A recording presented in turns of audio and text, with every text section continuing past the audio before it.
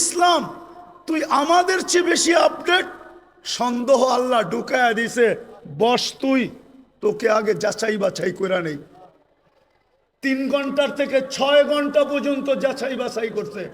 শুনে রাখো যুবক, তুমি যতই ওদের মতো 14 তারিখ উদযাপন করো, আর যতই 31st নাইট তুমি উদযাপন করো, ওদের যত কালচার তুমি নিজের ভিতরে আনো না কেন, কিন্তু এক জায়গায় তুমি ধরা খাওয়া। আজকাল সবকিছু অনলাইনে। তোমার জন্ম নিবন্ধন যখন করতে গেছে তোমার মা বাবা, তো ভুলে হইল ধর্ম ইসলাম লেখা দিয়ে আসছে। স্কুলে যখন ভর্তি করাইতে গেছে, তো মনের বিরুদ্ধে হইল ইসলাম লেখা দিয়ে আসছে। আইডি কার্ড যখন বানাইতে গেছে, তো তোমার মনে না চাইলেও তুমি ধর্ম ইসলাম লেখা দিয়ে আসছো। পাসপোর্ট যখন বানাইছো, তখনও তুমি ধর্ম ইসলাম লেখা দিয়ে আসছো। যেই দিন তুমি চাকরির অ্যাপ্লাই করছো, ওই দিনও তুমি ধর্ম ইসলাম লেখা দিয়ে আসছো। অনলাইনে সারা দুনিয়ায় চলে গেছে, হেড অফিসে জমা হয়ে গেছে। অনলাইনের হেড অফিস হলো তেল আবিব, আমাকে চিনাইতে হবে না। অনলাইনের হেড অফিস হলো তেল আবিব। তেল আবিবে চলে গেছে, তুমি মুসলিম, তোমার সাজের দিকে ওরা দেখবে না। আমার বয়ানে আছে, বয়ানে 2008-এর কাহিনী, 2008-এর কাহিনী আমার বয়ানে আছে, বয়ানে। তোমার সাজগোজ ওরা দেখবে না, সাজগোজ। আমি যেদিন জার্মানির ভিসা নিতে গেছি, 6 দিন আগে আমার বড় ছেলে মারা গেছিল। আমি 6 দিন পরে জার্মানির এমবেসিতে গেছি, আমার ইন্টারভিউ ছিল। তখন আমি এই পরতাম না, সাদা লুঙ্গি সাদা পাঞ্জাবি পরতাম, এরকমই একটা রুমাল কাঁধে থাকতো। আর পান খুব খাইতাম, সাদা একটা স্টিলের পানের বাটা হাতে থাকতো, লাঠি থাকতো না। আমি পান খাইতে খাইতে ঢুকতেছিলাম। ইন্টারভিউর সময় ঘড়ির কাঁটা দেখা, কিন্তু ভিতরে ঢুইকা আমি দেখতেছিলাম মনে হয় আমি একটা কুকিলের মেলে একটা কাকেই গেছিলাম। সবাই আমার দিকে যেরকম চাইতেছিল, তো আমার মনে হইতেছিল আমি কুকিলের মেলা একটা কাক। কি ওরা যেইভাবে সাজগোজ করে গেছে, তা আমাকে ইন্টারভিউর জন্য যখন ডাকছে, তা আমাকে প্রথম প্রশ্ন ছিল, তুই এতদিন জার্মানি যাস নাই কেন? সেনজিং ভিসা, আমার 25 দেশের সফর ছিল। তা আমি বললাম প্রয়োজন ছিল না, এত দেশ গেলি, জার্মানি গেলি না, এখন দরকার যাব। জিজ্ঞাসা করলো তুই কি করিস, বললাম। তো জিজ্ঞাসা করলো আমার সোনাগুলা কালো হইলো কেন? তা আমি বললাম তুমি পারফিউম খুব ব্যবহার করো মনে হয়। বলছে হ্যাঁ। তো এগুলা আমি পরিষ্কার করব কি করে? আমি বললাম চলো আমার কারখানায়। বললো এত দূর তো যাওয়া যাবে না, ঘরোয়া পদ্ধতি বলো। তা আমি ঘরোয়া পদ্ধতি বলতেছিলাম, আর ওর ভিসা প্রিন্ট করতেছিল। আমাকে বলল 600 এত টাকা দাও, 6000 এত টাকা দাও। দিলাম। আমাকে বলল তুই 2 মিনিট বস। আমি তো দেখছি ভিসা প্রিন্ট করা শেষ, ও শুধু সিগনেচারের জন্য যেতেছে। গেল 1 মিনিট পরে এসা বলতেছে ভিসা ওকে নিয়ে যাও। তো মানুষ তো ভিসা এমনি দেখে, আমি উল্টা দেখতেছিলাম। মানে ভিসার মুখ ওই কুকিলদের দিকে, আর পাসপোর্টের উল্টা সাইডটা আমার মতো কাকের দিকে। মানে আমার উদ্দেশ্যই ছিল যে দেখাই সাইজা গুইজা আসলেই ভিসা মিলে না, এই দেশের নিয়ম এরকম না। নাইলে আমার সমাজ, আমার যুবকরা 30 লাখ দিয়ে ইউরোপে কেন যাবে? শত যুবকের কবর কেন সাগরে হবে? আমি চিনি আমেরিকাতে যারা 50 লাখ টাকা দিয়ে মেক্সিকোর জঙ্গল দিয়া পার হয়েছে। একটা কাহিনী না, শত কাহিনী আমার এখানে আছে। বিদায় এই জন্যই বলতেছি, যতই সাজি না কেন, যেই সমাজকেই বলেন, যারাই বলে ওদের সাথে আমার চ্যালেঞ্জ, ও যতই সাজুক না কেন, যতই বিকেনি পড়ুক না কেন, 3/4 পড়ুক না কেন, ওদের সুরে কথা বলুক না কেন, টকশোতে বৈশা ইসলাম বিদ্বেষী প্রচার করুক না কেন, কিন্তু ওরা জানে এই লোকটা কাগজে কলমে মুসলমান। শুধু আমাদের থেকে কিছু নেওয়ার জন্য এরকম ভান ধরছে, নিজেকে সাজাইছে। ওরা কোনোদিন মনে প্রাণে আপনাকে মুসলমান, আপনাকে ওদের ভাবে না, ভাববে না, কোনো দিন না। বিদায় শেষ কথা, আসেন সিরাত এটাই আজকে দুরবস্থা, শুধু রসুলের আদর্শ ছাড়ার কারণে। সবকিছু বাদই দিলাম, একটাই যদি ধরে রাখতো জাতি, আজকে 90% মুসলমান নামাজ পড়ে না। আমি তো বলি এই জাতি যদি 1 মাস নামাজ পড়তো, 1 মাস, উম্মতে মুসলিমা উম্মতে মুহাম্মদী যদি 1 মাস 100% নামাজ পড়তো, আর 11 মাস যদি নাও পড়তো, আর আল্লাহ যদি জিজ্ঞাসা করতো তুই 11 মাস পড়িস না কেন, কেন বৎসরে মাস কয়টা, তা আল্লাহ বলতো 12টা। 1 মাসই তো 70 মাস ছিল, 12 থেকে 12 বাদ দিয়া দেন, তারপরে তো আমার 58 মাসের ব্যালেন্স আছে, আমার কাছে বেশি আছে। কিন্তু রমজানেও তো 50% নামাজ পড়ে না, এখন তো 90% পড়ে না, না নারী, না পুরুষ, না যুবক, না বৃদ্ধ। আপনি সাহায্য চান কি করে? মাথা উঁচা করে দাঁড়াইতে চান কি করে? 3 বার তো আপনাকে নির্বাচিত করলেন মানুষ হিসাবে, মুসলমান হিসাবে, উম্মতে মুহাম্মদী হিসাবে, বাকিগুলা বললামই না। 3 বার তো আপনি আল্লাহর পক্ষ থেকে নির্বাচিত, 3 বারই তো কুদরতি হাতে নির্বাচিত। মানুষ তৈরি করছেন কুদরতি হাত দিয়া, মুসলমান হিসাবে নির্বাচিত করছেন সমগ্র মানুষের ভিতর থেকে কুদরতি হাত দিয়া, উম্মতে মুহাম্মদী হিসাবে নির্বাচিত করছেন কুদরতি হাত দিয়া। আপনি সাহায্য চান কি করে?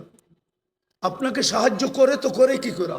আপনার বিবেককে প্রশ্ন করেন, বলেন তো হুজুর আছে না, হুজুর থাকলে কি হবে? উম্মত, এটা হুজুর না উম্মত। হুজুরও কয় পার্সেন্ট হুজুর বলেন? আরে বলেন না, 200 কোটির ভিতরে কয়শো কোটি হুজুর? 300 কোটি?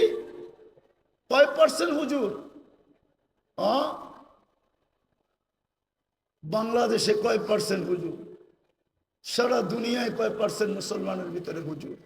হুজুর দেখা, দাড়ি দেখা, টুপি দেখা, জুব্বার পাগড়ি দেখা 90% মুসলমান নামাজ পড়ে না। আপনাকে সাহায্য করে তো করে কি করে বলেন? অথচ 5 বেলা কে ডাকে? কে ডাকে? আরে জোরে বলেন। কোন আল্লাহ? 99 পদের মালিক আল্লাহ ডাকে। সামান্য একটু পদস্থ ব্যক্তি ডাকে সাড়া না দিলে হাত কড়ি পড়তে হয়, বেরি পড়তে হয়। আমি জানি, আমি জানি, আমি কখনো মুখ খুলি না তো। আমার বললাম না আমি ঠান্ডা হুজুর, আমি জানি। আমি টঙ্গীর থেকে বয়ান করে বাহির হয়েছি, আমার গাড়িতে উঠবো, পিছের থেকে 2-3 জন আমাকে ধরছে, স্যার গাড়ি পাঠাইছে, আপনাকে এই রাত্রে যেতে হবে। কোথায়? জায়গার নাম বলছে, যেটা বাংলাদেশের এক কোনায়। স্যারের প্রোগ্রাম কালকে দুপুরে। আমি বললাম আমার 3টা মাদ্রাসার প্রোগ্রাম আছে। বলছে স্যার এত কিছু জানে না, গাড়ি পাঠাইছে, আমাদেরকে পাঠাইছে, সোজা গাড়িতে বসেন, বাসায় ফোন করেন, সসজ্জায় আপনাকে কালকে আবার গাড়ি দিয়ে ঢাকা পৌঁছায় দিব। আমি ওই ব্যক্তি, আমি চিনি। সামান্য একটু কথা না মানলে হাতকড়ি হয়, বেড়ি হয়, জেল জরিমানা হয়। ও ঢাকার মানুষ বলেন না ডেলি 90% মুসলমান নামাজ পড়ে না। 5 বেলা আল্লাহ ডাকে, বুক করে কাটটা। ও যুবক, কাটটা বুক করে বলো না, ওই আল্লাহ ডাকে, তারপরও তো আসে না। আপনাকে যে এখনো বাঁচায় রাখছে, শুকরিয়া আদায় করেন। এই জন্যই তো ইহুদিরা একটা স্লোগান দেয় বর্তমানে। হিব্রু ভাষা তো বুঝেন না, শুধু চিৎকার দেন। ইহুদিদের একটা স্লোগান এখন চলতেছে, স্লোগান সারা দুনিয়ার ইহুদিদের, যেটা আমি আরবি ভাষায় বানায় নিয়ে আসছি। ইহুদিদের স্লোগান, এখনই সময়, এখনই সময়, এখনই সময়, আনতুদাম্মিরুল মুসলিমিনা কাইফা তুরিদুনা আনতুদাম্মিরুহা। এখনই সুবর্ণ সুযোগ, যেমন মনে চায় মুসলমানদেরকে জমিনের সাথে মিশায় দাও, এখনই সুযোগ। আপনি বলবেন কেন? ওদের কিতাবে লেখা আছে যেই দিন ফজরের জামাত আর জুমার জামাত মুসলমানের সমান হবে, ওই দিন মুসলমানের বিজয়ের পালা শুরু হবে। ওরা শুধু আপনাদেরকে দেখে না, আপনাদের মসজিদের উপরও স্যাটেলাইট লাগায় রাখছে, সিসি ক্যামেরা লাগানো আছে। ওরা দেখে ফজরে কয়জন, জুমায় কয়জন। এই জন্যই ওরা চিৎকার দিতেছে এখনই সুবর্ণ সুযোগ। আরেকটা মনে উঠলো, যদিও বলা উচিত না, আপনি সাহায্য চান কি করে? সৌদি আরবের মতো দেশে পোশাকের কি অ্যাডভার্টাইজ দিতে যায়, খোলা আকাশের নিচে খোলা মঞ্চে উলঙ্গ ডান্স দেখেন না? আপনি সাহায্য চান কি করে? বলেন কি করে চান? কি করে চান? যুবকদের পায়ে হাত দিয়ে সারা রাত্র আনলিমিটেড, হয়তো ঘরে ওয়াইফাই আছে, নাইলে প্রতিবেশীর পাসওয়ার্ড আছে, নাইলে বন্ধুদের হটস্পট আছে। আর যদি তাও না থাকে তো ঢাকা শহরে এই মধুবাগে পাওয়া যাবে, সারা রাত্র নেট বিক্রি করার জন্য ও সজাগ থাকে। যার নেট শেষ সাথে সাথে যোগাযোগ সাথে সাথে এমবি পাঠায় দেয়, সারা রাত্র নেটের ভিতরে ঘুরতে থাকে। কি না দেখে? সাহায্য চান কি করে? বিদায় আসেন, আসেন আসেন আসেন, তওবা করি আজকে, তওবা। একটাই রাস্তা খোলা আছে উম্মতের সামনে, যদি 200 কোটি উম্মত তওবা করে। কিন্তু আফসোস তো আমাদের, আফসোস আমার এটাও, আমাদের স্কলারদের কাছে আমার একটা আফসোসের আবেদন, আজ পর্যন্ত কোনো দুনিয়ার কোনো দেশের স্কলারদেরকে দেখলাম না, ধর্মীয় স্কলারদেরকে সারা দেশের মানুষকে বলল যে চলেন ফিলিস্তিন আমাদের থেকে 7 সমুদ্র 13 নদীর ওই পারে, আমরা কিচ্ছু করতে পারি না, চলেন আমরা একটা দিন তওবা ডে উদযাপন করি, আজকের দিনে আমরা তওবা করব। অথবা আজকের দিনটা আমরা ওদের জন্য রোজা রাইখা ইবাদতের ভিতরে কাটায় আল্লাহর কাছে মেসেজ দিব, আল্লাহ 7 সমুদ্র 13 নদীর এই পারে আমরা না টাকা পাঠাইতে পারি, না পয়সা পাঠাইতে পারি, না ওদের জন্য কাপড় পাঠাইতে পারি, না খাদ্য পাঠাইতে পারি, আমরা কিছু করার ক্ষমতা রাখি না, আমরা যাইতেও পারবো না। যদিও সমস্ত দেশ অনুমতি দিবে, কিন্তু আপনার প্রতিবেশীর দেশ অনুমতি দিবে না যে আপনি ইসরায়েলে ফিলিস্তিনে যাবেন ইসরায়েলের বিরুদ্ধে, আপনার প্রতিবেশী দেশ আপনাকে অনুমতি দিবে না, না না না না না। কেন? সে তো ইসরায়েলের সবচেয়ে বড় বন্ধু, অনুমতি দিবে না। বিদায় যদি আমাদের স্কলাররা একটা দিন দিত, জাতিকে বলতো চলেন আমরা অমুক দিন রোজা রাখি, তওবা করি, আল্লাহর কাছে ইবাদত করে বলি, মেসেজ পাঠাই, কিন্তু আজ পর্যন্ত তো একটা দেশেও দেখলাম না, একটা দেশও তো পেলাম না। কোন স্কলারের মুখ থেকে তো এই আহ্বানটা জাতির সামনে আসলো না, বড় দুঃখ লাগে। এই জন্য আসেন আমরা এখন তওবা করি। করবেন? করবেন? হ্যাঁ পারবেন? কে কে করবেন দেখি? হ্যাঁ তাইলে বলে দেন, আল্লাহ অতীত থেকে তওবা করলাম। বলেন বলেন, আপনি আমাদের তওবা কবুল করেন, আমাদের গুনাহ মাফ করে দেন। চলেন আপনাদের তওবার একটা প্রমাণ দিই। লম্বা হয়ে যেতেছে না তো? হ্যাঁ আবার কোনোদিন আসি না, না আসি কে জানে। এই জন্য মনে উঠলো, এই জন্য বলতেছি।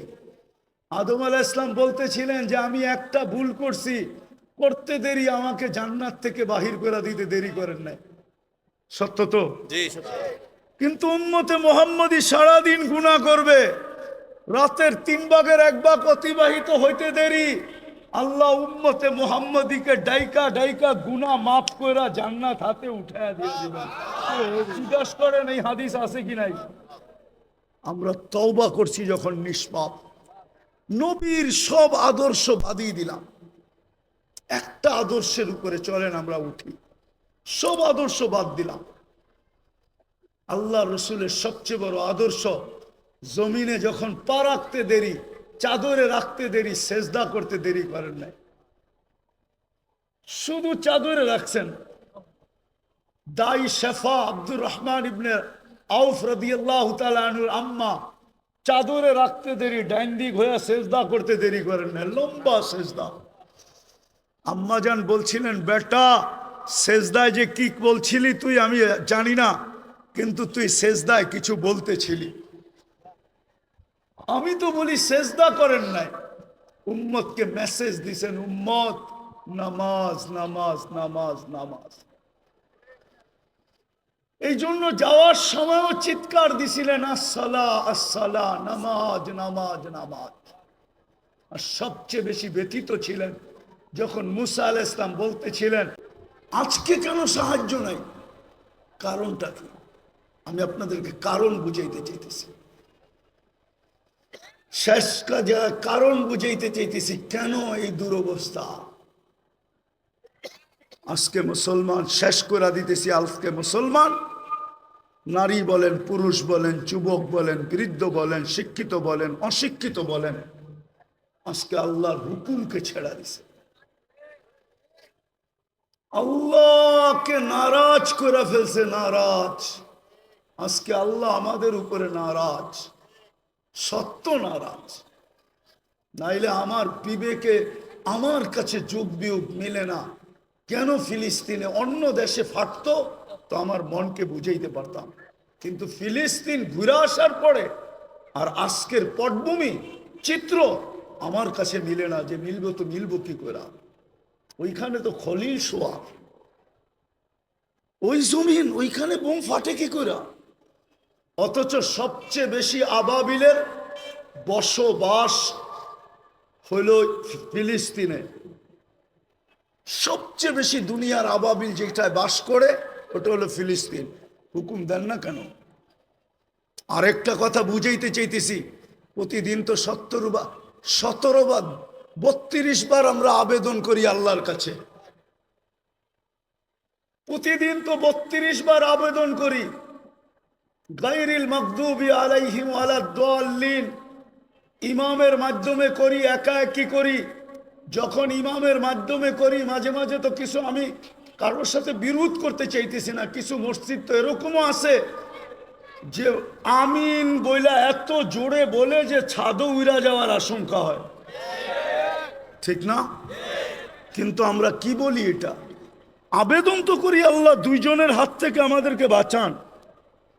কিন্তু ইহুদি নাসারা দুইজনের হাতেই তো আজকে আমরা সবচেয়ে বেশি নির্যাতিত। তাইলে আমাদের 32 বারের আবেদন যায় তো যায় কোথায়? আমাকে বুঝান। 32 বারের আবেদন আমাদের কোথায় গেল?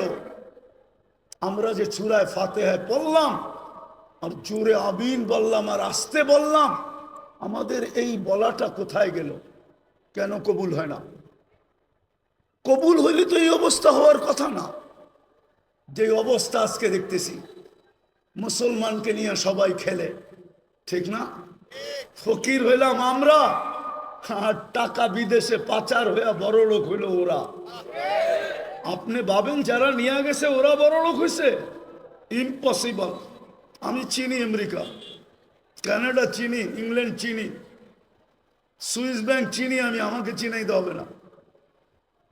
হ্যাঁ, আমি চিনি, বহুত মানুষকে চিনি, 2-4 জন প্রেসিডেন্টও চিনি যারা ট্যাক্সি চালায়, ট্যাক্সি, আমেরিকাতে ট্যাক্সি চালায়। অবশ্য আমাদের দেশের না, আফ্রিকান দেশের। নিয়ে গেছিল খুব, এখন ট্যাক্সি চালায়। কেন এই দুরবস্থা?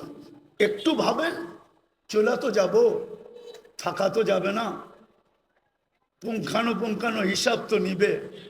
সত্য তো এটাই। যদিও কেউ মাঝে মাঝে জিজ্ঞাসা করে, হুজুর 60 বৎসরের হিসাব নিতে 50,000 বৎসর লাগবে কেন? তো আমি বলি, শোনো, তুমি ডেলি কতটুকু অক্সিজেন, কয়বার শ্বাস প্রশ্বাস নিছিলে? কয়বার? আরে 1,60,000 বার। তো মাসে কত নিছিলেন? বৎসরে কত? 60 বৎসরে কত? স্বাভাবিক শ্বাস নেওয়ার দাম তো আমাদের দেশের এক শিল্পপতি আমাদেরকে শিখায় গেছিলেন, কিন্তু আমরা তো এটাকে মাথায় ধারণ করি নাই। 2020 করোনা লগ্নে বাংলাদেশের প্রথম সারির এক শিল্পপতি মারা গেছিলেন। ওনার জন্য ডাক্তারের টিম যখন চায়নার থেকে আনা হলো, আর উনি ভেন্টিলেটারে ছিলেন, তো উনি কামরায় ঢুকার পরে ডাক্তারদেরকে বলছিলেন, আমার সুস্থতার প্রয়োজন নাই, আমাকে শুধু স্বাভাবিক শ্বাস নিতে দাও, আমি তোমাদেরকে আমার পুরা কোম্পানি লেখা দিব। পেপারে আসছে, পেপারে, জান মিডিয়া লেখা আছে এখনো। আমি নাম বলতেছি না। আপনি যে ডেলি স্বাভাবিক শ্বাস নিতেছেন, এটার বিনিময়ে কি করছেন? এই হিসাব কিন্তু মিলাই দিতে হবে। বিদায় আমি শেষ জায়গায় চলে আসছি। আজকে এই দুরবস্থার কারণ একটা শুধু, প্রথম একটা, আল্লাহকে না মানা। আল্লাহকে আল্লাহকে আল্লাহকে সব বুক করি কার? কিন্তু শিক্ষিত মানুষগুলা যদি প্রশ্ন করে আল্লাহকে মানবো কি করে, আল্লাহকে তো চোখে দেখি না, লা তারাহুল উয়ুন ওয়ালা তুখালিতুহুদ দুনুন, দেনদারণে আনা যায় না, ওয়ালা ইয়াসিফুহুল ওয়াসিফুন, বর্ণনা দিয়ে শেষ করা যায় না। আল্লাহ তো একটা পদের মালিক না, আল্লাহ তো শুধু আল্লাহ না, আল্লাহ তো রহমান, আল্লাহ তো রহিম, আল্লাহ তো মালিক, আল্লাহ তো কুদ্দুস, আল্লাহ তো সালাম, আল্লাহ তো মুমিন, আল্লাহ তো মুহাইমিন, আল্লাহ তো আজিজ, আল্লাহ তো জব্বার, আল্লাহ তো মুতাকাব্বিরুল খালিকুল বারিউল মুসাব্বিরুল গফফারুল কহ্হারুল ওয়াহ্হাবুর রাসাকুল ফাত্তাহুল আলিমুল কাবিদুল বাসিতুল খাফিদুর রাফিউল মুইজ্জুল মুদিল্লুস সামিউল বাসিরুল হাকামুল আদলুল লতীফুল খবীরুল হালিমুল আযীমুল গফুরুশ শাকুরুল আলিয়ুল কবীরুল হাফিজুল মুকিতুল হাসিবুল জলিলুল করিমুর রকিবুল মুজিবুল ওয়াসি আল হাকিমুল ওয়াদুদুল মজিদুল বাঈসুশ শহীদুল হকুল ওয়াকিলুল কবিয়ুল মতিনুল ওয়ালিয়ুল হামিদুল মুসি আল মুবদি আল মুঈদ আল মুখি আল মুমিত আল হায়্যু আল কাইয়্যুম আল ওয়াজিদ আল মাজিদ আল ওয়াহিদ আল আহাদ আল সামাদ আল কাদির আল মুক্তাদির আল المقدم المؤخر الأول والآخر الظاهر والباطن الوالي المتوالي البر التواب المنتقم العفو الرؤوف مالك الملك ذا الجلال والإكرام المقسط والجامع والغني والمغني المانع الدار النافع النور الهادي البديع والباقي الوارث والرشيد الصبور জল্লে জালালু। আল্লাহ তো 99 পদের মালিক, আল্লাহকে মানব তো মানব। প্রশ্ন যদি করে কি করে মানব? এই জন্যই আল্লাহ বলছেন সিরাতুন নবী লাকাদ কানা লাকুম ফি রাসূলিল্লাহি উসওয়াতুন হাসানা আতিউল্লাহ ওয়া আতিউর রাসূল। আমার বন্ধুকে মাইনা দেখায় দাও। কিন্তু আফসোস তো এইখানেই, বন্ধুকে যদি এই উম্মত মানতো তাহলে সবচেয়ে বেশি বন্ধুর আদর্শ মুসলমানের ঘরে নির্যাতিত হতো না, ঘৃণিত হইতো না, অবহেলিত হইতো না, দীক্ষিত হইতো না, লাঞ্ছিত হইতো না, বঞ্চিত হইতো না। এটাই তো কাঁদি শুধু। নাইলে মুসলিম যুবক 50 টাকার চুল 500,000 টাকা দিয়ে কাটবে কেন? বিজাতির রঙে রঙিন হবে কেন? ও কি রসুল কি আদর্শ দেয় নাই চুল কাটার? না, দেয় নাই। রসুলের আদর্শ মতো চুল কাটলে তো চুলের প্রত্যেক চুলে সওয়াবও পাইতো, আল্লাহ রাজি থাকতো। কিয়ামতের দিন হাত পাতার সুযোগ হইতো। যুবক যদি আল্লাহর রসুলকে কিয়ামতের দিন দেখতে দেরি, হাত পাততে দেরি করতে পারতো না, হাত পাততে পারতো। যদি জিজ্ঞাসা করতো হাত পাতিস কেন? আপনার আদর্শে চুল কাটছি, সওয়াব তো পাইছি, কিন্তু আপনার পক্ষ থেকে কিছু দিবেন না? বকশিস কি দিবেন না? মজুরি পাওয়ার পরেও তো হাত পাতে কেন? একটু বকশিস দেন না। এই মাইকালারও তো পুরা টাকা নেওয়ার পরে অপারেটররা হাত পাতবে, আমাদেরকে কিছু বকশিস দিবেন না? জিজ্ঞাসা করেন পাতবে কি পাতবে না? যুবক তো কিয়ামতের দিন হাত পাততে পারতো।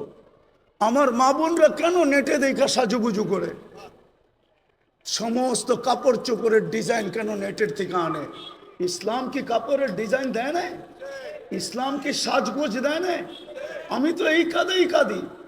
সারা বাংলাদেশে কেউ তো দেখাইতে পারবে না, আজ পর্যন্ত তো পাইলাম না যে কোনো মহিলা আমাকে চিঠি লিখলো যে হুজুর আমি করছি। আমি তো বলি আজ পর্যন্ত তো কোনো হুজুরদের বউকেও পাইলাম না যে বাসর রাতের শ্বাসটা ফাতেমার মতো সাজছে। বাসর রাতের শ্বাসটা তো তার বান্ধবী তাকে যেরকম সাজাইছে ওরকমই সাজছে, প্রতিবেশীরা যেরকম সাজাইছে ওরকম সাজছে। নাইলে একটু পয়সাওয়ালা হলে পার্লারে যেরকম ডিজাইন চয়েস করছে ওই ডিজাইনে সাজা আসছে। কিন্তু ফাতেমার সাজে তো সাজে নাই। ফাতেমা কি বাসর রাত্রে সাজে নাই?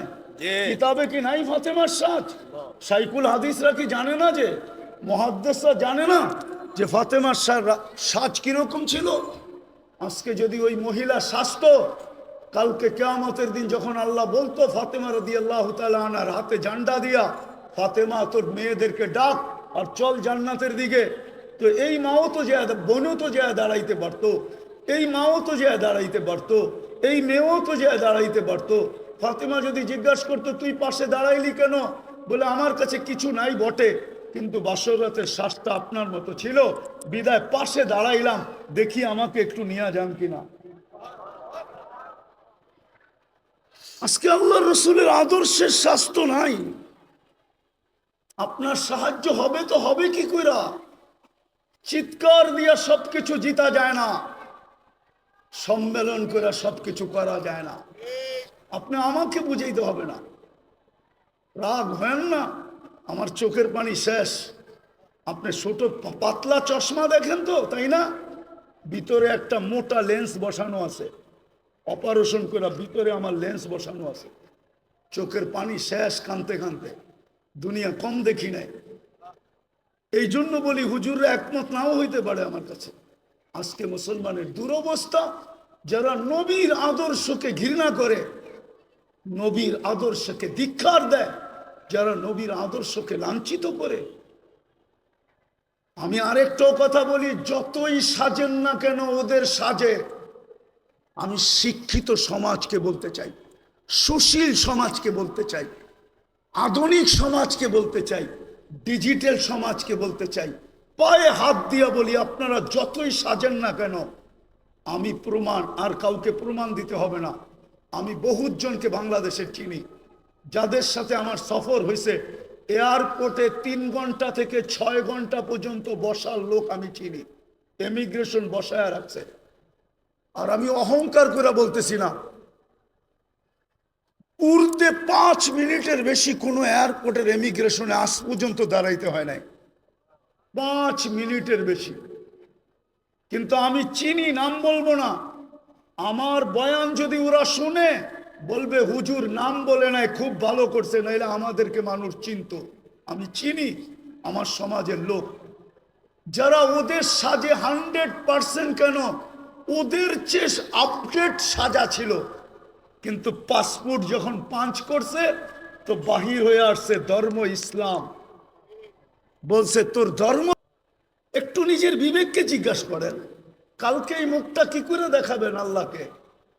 না যায়া বলবেন আমি আধুনিক ছিলাম, আমি এডুকেটেড। ওটাও তো আল্লাহ বলে দিছে তুই এডুকেটেড। এডুকেটেড তোকে বানাইলো কে? এই জন্যই তো এক জায়গায় আল্লাহ বলে আমা কুনতা মা আম্মাহিনা, তুই নিকৃষ্ট পানির ফোঁটা ছিলি না। ফামান জাআলাকা দামা, বল না তোকে রক্তে রূপান্তরিত কে করলো? ওমান জাআলাকা মুদগা, তোকে রক্তপিণ্ডতে রূপান্তরিত কে করলো? ওমান জাআলাকা ইযামা, তোর কঙ্কালটা কে বানাইলো? ওমান কাসা আলাইহি লাহমা, সুন্দর করে নিখুঁতভাবে চামড়ার গোশতের আবরণ কে চড়াইলো? আমা কুনতা সাগীরা, তুই কি ছোট ছিলি না? ফামান কাব্বারাক, বল না তোকে বড় কে করলো? দুনিয়াতে তো আমেরিকা তো এতটুক আছে শর্ট ফিগার, আজ পর্যন্ত 1 ইঞ্চি বাড়ায় দেখাইতে পারলো না। আল্লাহ বলে তোকে 6 ফিটের কে বানাইলো বল? আমা কুনতা যায়ীফা, তুই কি মার পেটের থেকে দুর্বল আসিস না? ও যুবক, পায়ে হাত দিয়া জিজ্ঞাসা করি, ফামান কাওয়াকা, বল না তোকে সুঠামত কে দিল? আমা কুনতা জাহিলা, মার পেটের থেকে কি অজ্ঞ আসিস নাই? ফামান আল্লামাক, ও শিক্ষিত লোকগুলা তোমাদেরকে শিক্ষায় দীক্ষায় আলোকিত কে করলো? আজকে আল্লাহ ভুলে গেলে? উচিত তো ছিল গাছে ফল আসলে ঝুঁকবে, কিন্তু আমি তো দেখি আমার সমাজে শিক্ষিত লোক বেশিরভাগই, বড় পার্সেন্টেজ আমার সমাজে শিক্ষিত লোকগুলো আল্লাহর থেকে দূরে। আমি তো মাঝে মাঝে ভাইবা আমার যোগ বিয়োগ মিলে না, যে ডাক্তার বেনামাজি হয় কি করে? ও তো আল্লাহর কুদরত দেখে শরীরের ভিতরে, ঠিক না? কি বলেন? এর চেয়ে বড় কুদরত আর কি দেখাবো? চলেন একটা উদাহরণ দেই। মানুষের অঙ্গের ভিতরে দেখার মধ্যে সবচেয়ে ছোট অঙ্গ কোনটা বলতে পারেন? হ্যাঁ, আরে বলেন না। চোখ। চোখ দেখার ভিতরে সবচেয়ে ছোট অঙ্গ চোখটা, ঠিক না? চোখের তুলনায় দেখতে নাকটা চোখের থেকে বড় মনে হয়, ঠিক না? কানটাও, ঠোঁট, হাত পাও তো আছেই, ঠিক না? সারা দুনিয়ার চোখের ডাক্তারকে যদি মধুবাগের ইমাম আর খতিব সমিতি যদি ডাইকা নিয়ে আসে এই মাঠে, আর যদি জিজ্ঞাসা করে যে শত শত বৎসর চোখ নিয়ে গবেষণা, বলো এটা শেষ হবে কোথায়?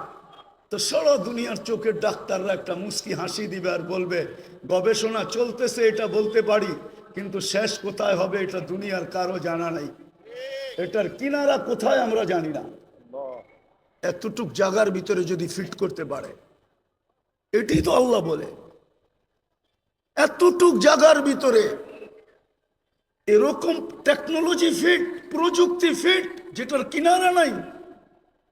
13 কোটি ক্যামেরা এক চোখে, 13 কোটি, দুই চোখে 26 কোটি ক্যামেরা, 26 কোটি। তার নিয়ে গেছেন পিছনে, প্রত্যেক ক্যামেরার জায়গা ব্যবহার করছেন 1.6 সেন্টিমিটার। দুই তারকে একসাথে লাগতে দেয় নাই, দিলে ফায়ার হবে, সব উল্টা দেখবে। ওই আল্লাহ জিজ্ঞেস করে কুনতা জাহিলা ফামান আল্লামাক, বল তুই তো অজ্ঞ আসছিলি, তোকে শিক্ষাকে দিল।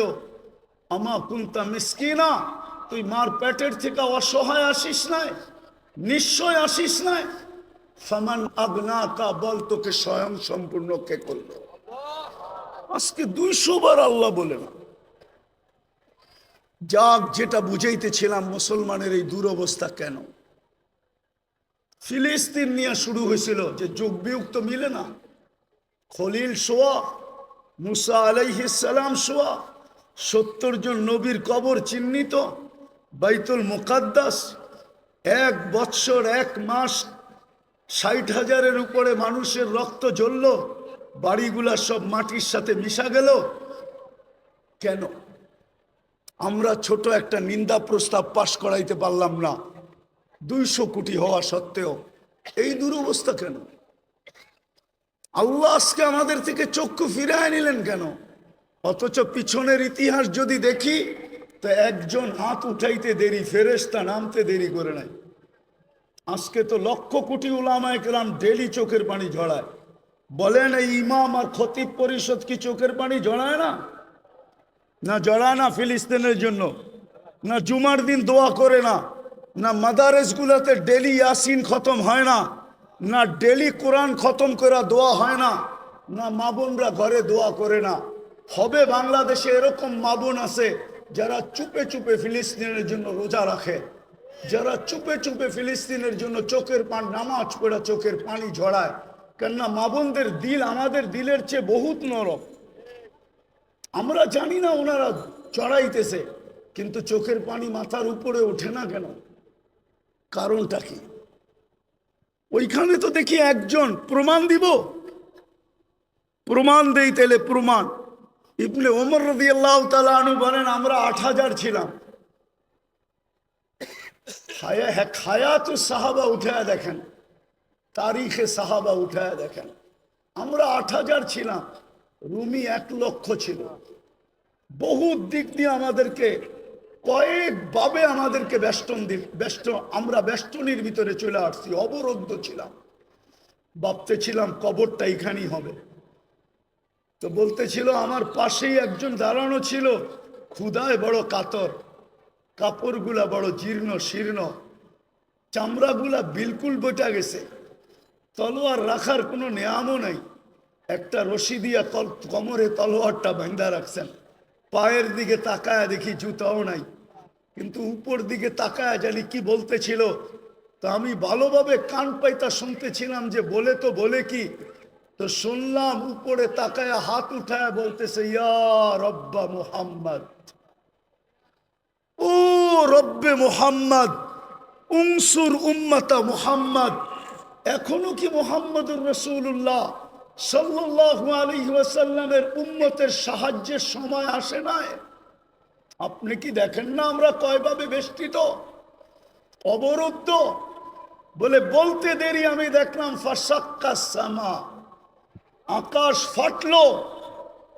সাদা ঘোড়া, সাদা পোশাকে, খোলা তরবারি হাতে, ডাইন হাতে তরবারি, বাপ হাতে ঝান্ডা। এক অশ্বারোহী বাহির হলো, তার পিছনে সিরিয়ালে বাহির হইতে থাকলো। চোখের পলকে প্রথমটা মাথার উপরে এসে একটা চিৎকার দিল, আবশির ইয়া উম্মতে মুহাম্মদ, ও উম্মতে মুহাম্মদী সুসংবাদ গ্রহণ করো, যা নুসরা রব্বা মুহাম্মদ, মুহাম্মদুর রাসূলুল্লাহ রবের সাহায্য চলে আসছে। ইবনে ওমর রাদিয়াল্লাহু তাআলা আনহু বলেন, আমি সামনের দিকে তাকাইলাম তো দেখলাম রুমিরা ভাগতেছে। কেন যে ভাগতেছে এটাও বুঝতে পারলাম না। যে যেদিকে পারতেছিল ভাগতেছিল, আমরা পিছু নিলাম, যাদেরকে জাহান্নামে পৌঁছায় দিলাম, বাকি ভাইগা গেল। আমরা গনিমতের মাল জমা করে পাহাড় বানায় দিলাম। একজনের জন্য তো সাহায্য আসতো। এরকম কথা কি কিতাবে হাজারো লেখা নাই? না লেখা নাই? হুজুররা বলুক লেখা নাই। আরে সাহাবা তো সাহাবা, আল্লাহর ওয়ালির কারণে সাহায্য আসে না? না আসে নাই? রাজা গৌর গোবিন্দ তো রাজাই ছিল, ঠিক না? কি আরে বলেন না, ছিল না? ছিল না? শাহজালাল রহমতুল্লাহ আলাই কোনো কি সেনাবাহিনী নিয়ে আসছিলেন নাকি? হ্যাঁ, ওনার সফর সঙ্গী ছিল কয়জন? টোটাল 12 জন। টোটাল 12 জন ছিলেন সফর সঙ্গী। ওনার হাতে তো কোনো তলোয়ারও ছিল না, শুধু জায়নামাজই ছিল। ওইটাই সুরমায় বিছায়া দিছেন। সুরমা চিনছে কে জায়নামাজ বিছাইছে। বিজানোও যাবে না, ডুবানোও যাবে না, বরং ওই পারে পার করে দেওয়া দিতে আমি বাধ্য। পার করছেন না করেন না? শুধু এই অবস্থা দেখেই তো বাইগা গেছে, ঠিক না? আসামে বাইগা চলে গেছে, সিলেট খালি করে দিছে। আপনি ভাবছেন রাজা গৌর গোবিন্দ শুধু শাহজালাল রহমতুল্লাহ আলাইকে দেখছেন? ওকে কবর থেকে উঠায় আইনা জিজ্ঞেস করলে না বোঝা যাবে কি দেখছে? হ্যাঁ, কি ওলামা একমত না দুই মত? ওরে কবর থেকে উঠায় আইনা জিজ্ঞেস করলে না বোঝা যাবে ও কি দেখছে? ও কি শাহজালাল দেখছে? হইতে পারে শাহজালালের পিছে বিরাট বড় এক ফেরেশতার বাহিনী দেখছে। সত্য এটাই।